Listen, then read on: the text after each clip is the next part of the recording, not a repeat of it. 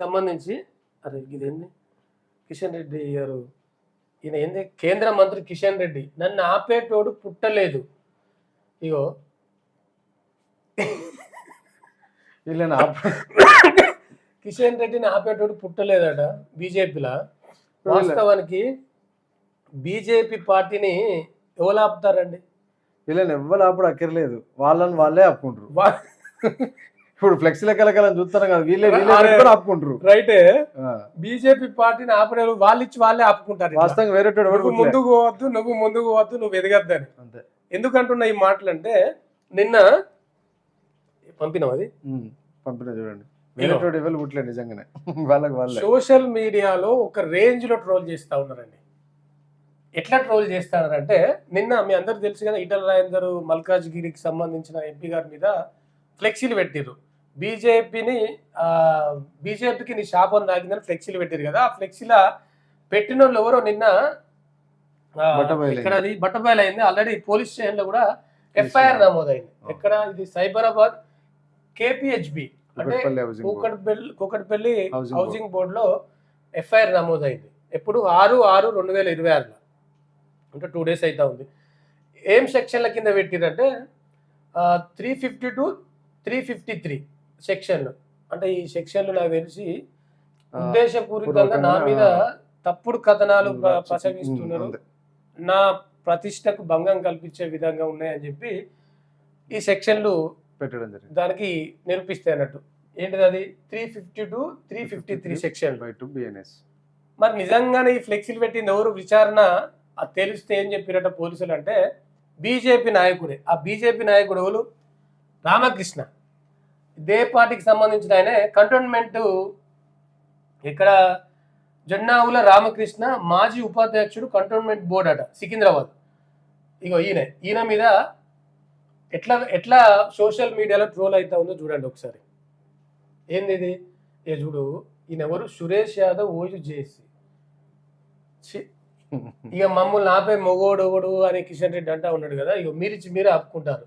ఇక చూడు, మీ నాన్న, ఇక నేను అనద్దు ఇది, మీ నాన్న అది వాడాల్సి ఉండాల్సింది, నువ్వు పుట్టేటోని కాదట. ఈ రామకృష్ణకి ఇక చెప్పు పెట్టిరండి. పెట్టి నీ బతుకు చెడ, బీజేపీ అంతర్గత దొంగలు, ఎవడి సైగలతో ఈ పని చేసినవురా లంగా. ఇక ఈ రకంగా ట్రోల్ చేస్తారండి. ఇక మామూలుగా కాదు సోషల్ మీడియాలో. వాస్తవానికి చూడండి, తొలి వెలుగులా ఈ కథనం కూడా ఇది ఇంత పెద్ద బ్రేకింగ్ న్యూస్. వాస్తవానికి ఈటలను ఈ ఫ్లెక్సీ కట్టిన వివాదం ఒక్క పేపర్లో రాయలేండి. ఇక చూడు, తొలి వెలుగులో వచ్చింది. ఈటలపై ఫ్లెక్సీ వివాదంలో బండి అనుచరుడు అరెస్టు. మొన్న 6వ తారీఖు నాడు అరెస్ట్ చేశారు. కేసులో తాజాగా అరెస్ట్ అయిన కంటోన్మెంట్ మాజీ వైస్ ప్రెసిడెంట్ రామకృష్ణ బండి సంజయ్ అనుచరుడు అని సోషల్ మీడియాలో ప్రచారం జరుగుతూ ఉంది. కావాలని ఈటలపై ఫ్లెక్సీలు పెట్టారని అనుమానాలు. రామకృష్ణ పార్టీ నుంచి సస్పెండ్ చేసిన బీజేపీ అధిష్టానం. సస్పెండ్ చేసిర్రు అప్పుడే సస్పెండ్ చేశారు. ఇటీవల హైదరాబాద్ కేపీహెచ్పిలోని ఈటలపై వివాదాస్పద ఫ్లెక్సీలు బీజేపీ నేతల ఫిర్యాదుతో చర్యలు తీసుకున్న కేపీహెచ్పి పోలీసులు చర్యలు తీసుకున్నారు. ఇది వాస్తవానికి ఎందుకు పెట్టిరంటే, ఒక రకంగా నేను చెప్పిన అప్పుడు బండి భగీరథ్ ఎవరైతే ఉన్నారో ఈ బండి సంజయ్ వాళ్ళ కొడుకు, ఇగో సీసీ కెమెరా కూడా వచ్చింది. ఇగో బండి భగీరథ్ కొడుకు, తన కొడుకు ఫోక్సో వివాదంలో డ్యామేజ్ చేసింది ఈటల రాజేందర్ అండ్ ధర్మపురి అరవింద్, వీళ్ళిద్దరే అని బలంగా నమ్ముతూ బండి సంజయ్ వారి మీద ఫ్లెక్సీలు వేయించారని చర్చ జరుగుతుంది బీజేపీ వర్గుల మధ్య. తోటి బీజేపీ నాయకుల మీదనే ఫ్లెక్సీలు వేసేలా బండి సంజయ్ దిగజారుడు రాజకీయాలు మరి ఇంతలా ఉంటాయా అని షాక్ అవుతున్నారు బీజేపీ కార్యకర్తలు. ఇక ఏందండి ఇది? సరే, ఇప్పుడు ఆ సీసీ కెమెరా ఫుటేజ్ బయటకు వచ్చింది. ఇక ఇదే ఆ సీసీ కెమెరా. వాస్తవానికి ఎట్లా పట్టుకున్నారంటే, ఒక ఆటో ఏదైతే టాటా ఏసీ, ఇగో ఈ టాటా ఏసీ ఆ ఆటో దాని నెంబర్ మూలంగా ఈ ఫ్లెక్సీలు ఈటల రాజేందర్ ఫ్లెక్సీలు ఈ ఆటోలన్నీ అక్కడ కట్టేసి ఆల్రెడీ వస్తూ ఉన్నారు.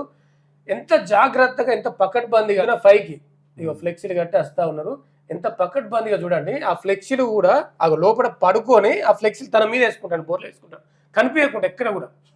అంత జాగ్రత్త పడ్డరు.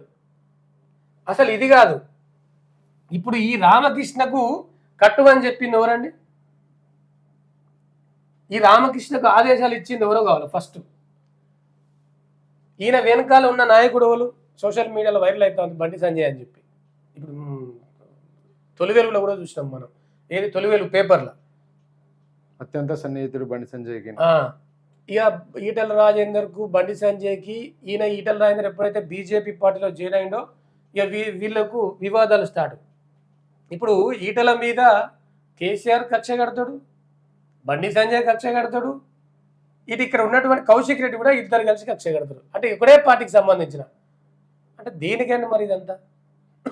కనీసం ఈ వివాదం ఇంత పెద్ద ఇష్యూ కదా, ఒక్క పేపర్లో కూడా రాయించుకోలేదండి. రాయించుకోలేదు, ప్రెస్ మీట్ కూడా పెట్టలేదు ఆయన కూడా. మరి ఈటల రాజేందర్ ఎందుకు అవుతా ఉన్నాడు ఈ విషయంలో? ఇంకా ఈటల రాజేందర్ వర్గీయులు, కార్యకర్తలు, అనుచరులు ఇంకెంత నష్టపోవాలా? మొన్నటికి మొన్న సర్పంచ్ ఎలక్షన్లో ఒక్కొక్కరు 10-15 లక్షలు పెట్టుకున్నారు ఇక్కడ. వీళ్ళిద్దరి మధ్య వాళ్ళు బలైపోయారు వాస్తవానికి. వాళ్ళు రోడ్లు ఎక్కి చెప్పినటువంటి పరిస్థితి చూసినాం మనం. ఇప్పుడు ఈటల రాజేందర్ను పొమ్మన లేక పొగ పెడతా ఉన్నారు. అందులో సక్సెస్ అవుతారు బీజేపీ వాళ్ళు, ఎవరు? వీళ్ళుగా ఈ అనుచరులు, ఈ బీజేపీ పార్టీ సంబంధించిన మీ నాయకులే కదా. మరి నువ్వెందుకు బయటికి రావట్లేదు? నువ్వెందుకు పేరు తీసుకొని మాట్లాడలేదు?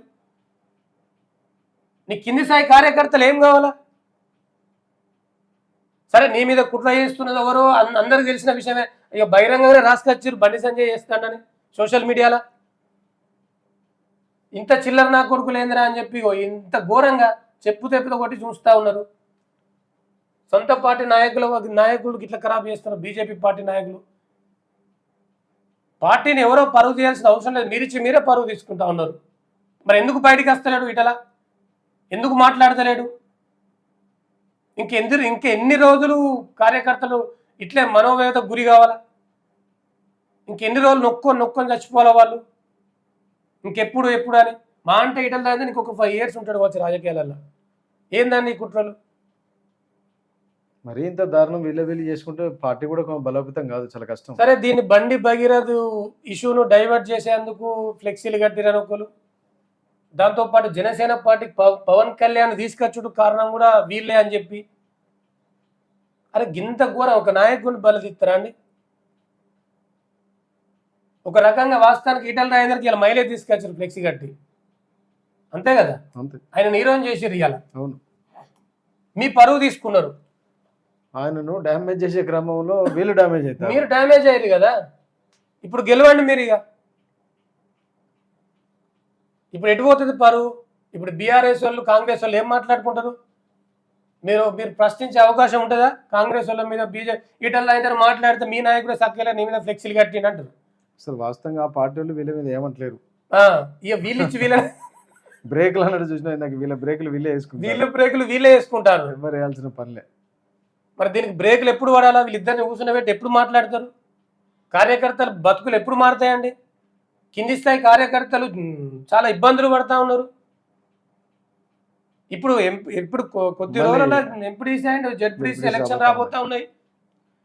ఇప్పుడు గందరగోళంలో ఉంటారు. ఇప్పుడు కార్యకర్తలు పోటీ చేయాలా వద్దా? అసలు బీజేపీ పార్టీలో ఎంత యాక్టివ్ ఉండే కార్యకర్తలు సోషల్ మీడియా ఇప్పుడు ఎడగాకుండా అయిపోయారు పాపం. ఏ పోస్టులు పెట్టాలా, ఎవరి మీద మాట్లాడాలా సందిగ్ధమే కదా. ఇప్పుడు ఎవరిని విమర్శించాలా, ఎవరిని పాజిటివ్ గా మాట్లాడాలి ఏందండి?